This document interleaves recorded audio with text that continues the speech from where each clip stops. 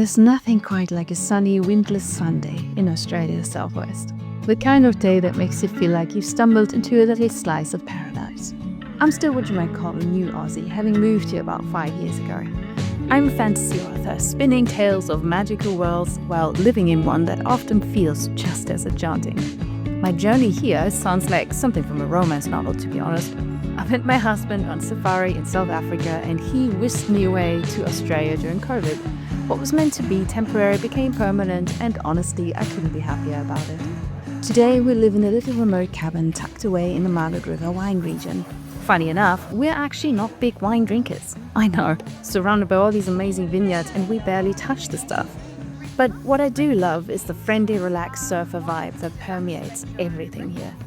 Smashed avo, also anything else? That's it, thank you.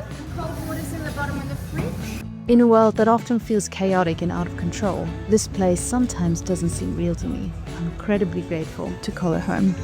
Sunday breakfast has become one of my favorite rituals. And yes, I'm definitely one of those people who always carries a book. Today, it's Frankenstein. Nothing says relaxation like a little gothic horror.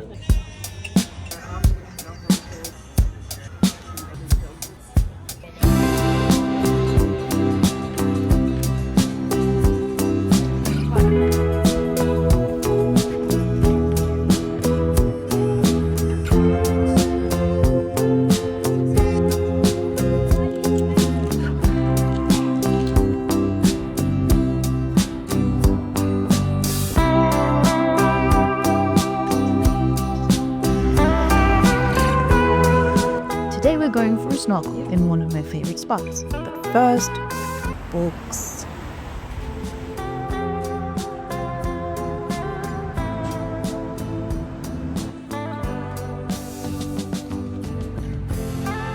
I'm so excited to see so many witchy fantasies on shelves this year, because, well, that's what I'm writing. But the book I'm looking for is not in stock, so I order it. Always support your local bookstore. Frank also needs a new rashi, so that's next.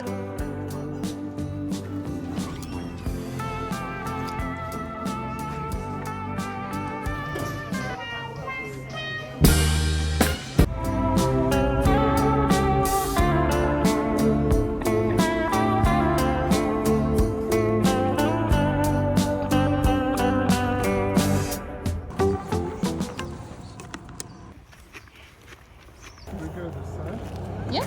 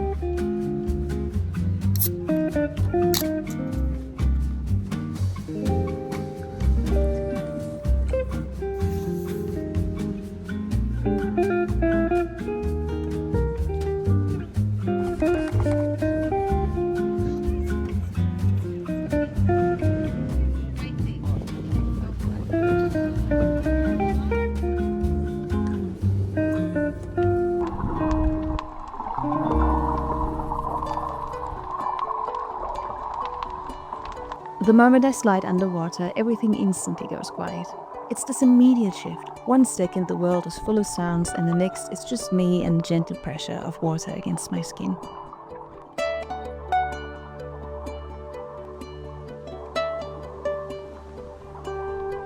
I can spend hours snorkeling along the reef, watching fish dart between coral formations and seaweed sway in the current. The sunlight filters down in beams, creating these shifting patterns that I could follow forever. Being underwater feels like the ultimate reset button. No phones, no deadlines, no distractions. Just complete immersion in this other world where different rules apply. I'm weightless, suspended, part of something ancient and much bigger than myself.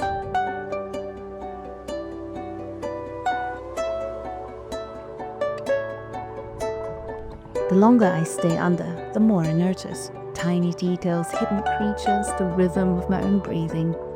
And then, inevitably, all that swimming starts to work up an appetite that's impossible to ignore.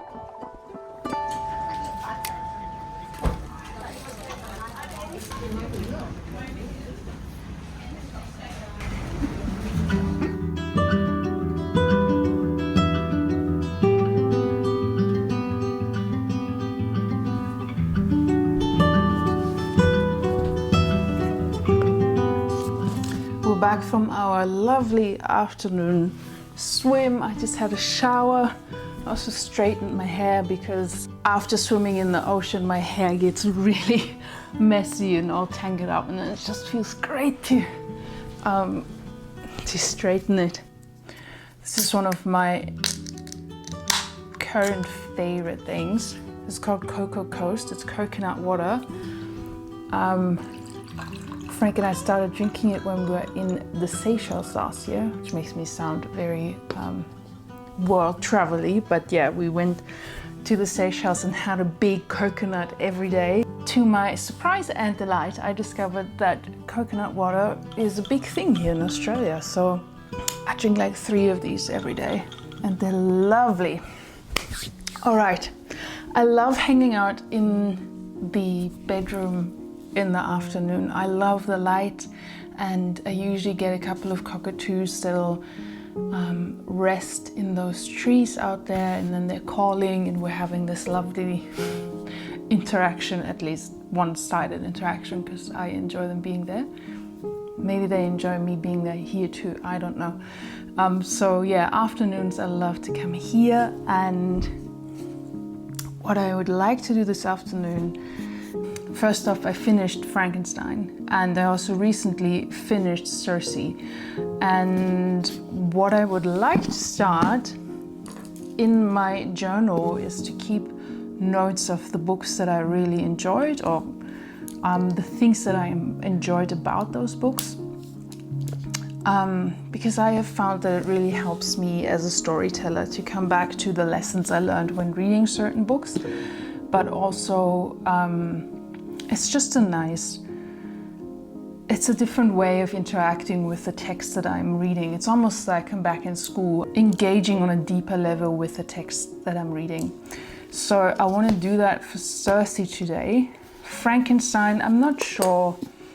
It was a difficult read for me. I read the book years ago in German, and now I read it in English. So I enjoyed it, but I enjoyed it probably for a different reason, and that is because when I read the classics, I engage a different kind of brain because the language is so different, and it is also a bigger challenge for me because English is not my native language, so I really have to pay attention. I cannot have the phone, the screen, music in the background. I need to focus on the text on the page, and I just thought maybe it's just something that I need right now and that I am actively seeking, but I really thought now I thoroughly enjoyed just focusing on the text. And I also didn't remember from the first time I read it that it starts with a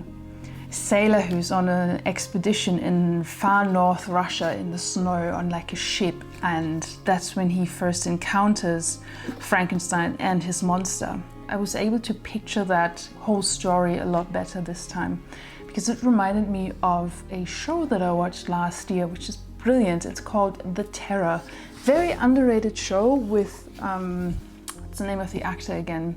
Jared Harris, who I wrote about this in a newsletter before. I have discovered that whenever Jared Harris is in a movie or a TV show, it is probably going to be a good one. This actor has very good taste when it comes to selecting the roles he plays. And so The Terror I thought it was brilliant, it was haunting. It is the story about the Terror, which was one of the first expedition ships that went to try and find a passage to North America, and the ship gets stuck in the ice, and then they encounter this very scary creature that lives in the ice. It sounds weird, it sounds very much like Frankenstein, to be honest, but it was much easier to picture Frankenstein sitting there on this old sail ship telling his story to this sailor, to this captain. So I really enjoyed that. Having said that, I will read a lot more classics this year. Now, Circe is a book that I will probably never shut up about. It is definitely become one of my all-time favorite reads. I also absolutely adore the cover, by the way. But yeah, I loved Circe. It is a book that I still think about. I finished this probably 2-3 weeks ago, I don't quite remember now. And I still think about it, and there's passages in the book that I just loved so much. It was also such a good lesson for me as a storyteller and as a writer, how to use language and how to use certain tricks of the trade to tell a story. And I have marked quite a few pages with quotes that I loved, and I want to take just half an hour today to write down in my journal why I loved this book so much. Also absolutely adored the ending. Oh my god, the ending, it was so clever. I might read you a couple of my favorite quotes in the book. There might be some spoilers, but if they are spoiling something, I will let you know. Also, I write sideways. It's something that people always ask me about. Why do you write so funny? I don't quite remember how it started, but I basically write, yeah, from down to the top. So I think it started because I'm left-handed, and it started probably in high school when I was writing with ink and I was trying for the ink not to smear. And now I cannot write like this anymore. My handwriting is the way it is, and I quite like my handwriting, but my handwriting is the way it is because I write upside down.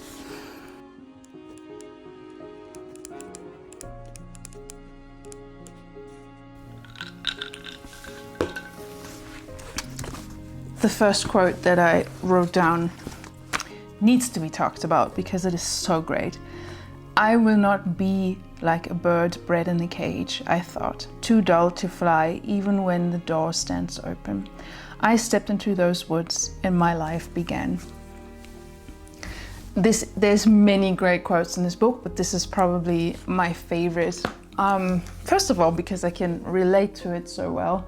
When you step into those wild woods in any wilderness and you feel at home, you feel like you belong. That is something I relate to on a very deep level. But also, this is the moment when Circe first comes into her power. So she's the daughter of the god Helios, who is basically the sun. And she has never been treated right by her family because she has a weird voice and a weird look, and she is only half god and she's not really part of the club. And eventually, because she uses a plant to poison someone to reveal who they truly are deep down, this is the first time she uses magic, she gets banned to Ayaya, which is a remote island. And at that point, she doesn't know yet that she is a very powerful witch. She thinks the magic came from the plant, not from her. And the moment I still get goosebumps thinking about this, the moment she moves to that remote island all by herself, and she has this choice of, am I going to step into those woods, or am I going to hide away in this house that they gave me and be afraid for the rest of my life? And ask the reader, because this is the promise of the whole book, is that Circe is going to become this very, very powerful witch. And the moment she steps into those woods, we know that that is when she will encounter many, many other plants and many other natural things that she can interact with. And she's going to discover ultimately that she is the witch and that the power was always in her. It's not the plants that give her power, she is giving power to the plants. And so this is the inciting moment. This is when her story really, really begins, and it's so powerful. Absolutely love that quote, but let's continue. Ooh, I love this one too. But in a solitary life, there are rare moments when another soul dips near yours, as stars once a year brush the earth. Such a constellation was he to me. That's good stuff.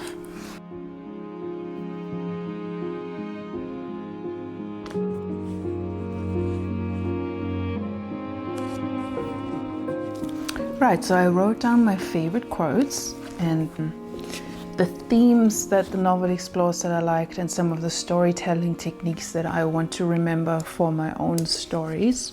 And now I do have one more novel that I'm currently enjoying. I'm listening to the audiobook of Spells for Forgetting by Adrienne Young. I love it to bits. I think it's fantastic. I knew from the start that it would be, but there's some books. Are you the same? There's some books that you hold off of because you know you're going to love them so much. The audiobook is fantastic, so I'm going to listen to that now while I do a little bit of research. So very grown-up stuff. Frank and I bought a piece of land last year where we would like to build a house one day.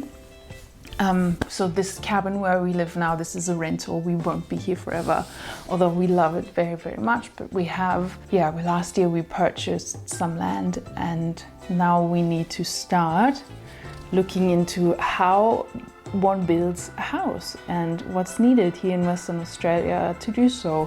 And I have been putting this off, we both have, for quite a while. And this year, I don't know why, but this year I feel somehow ready to dive into the research and figure out, all the council stuff, and we need a water tank, and how does sewage work, and which builder do we want. And I also want to look into tiny houses, because there is the possibility that maybe we can move onto our own land sooner if we move into a little tiny house cabin.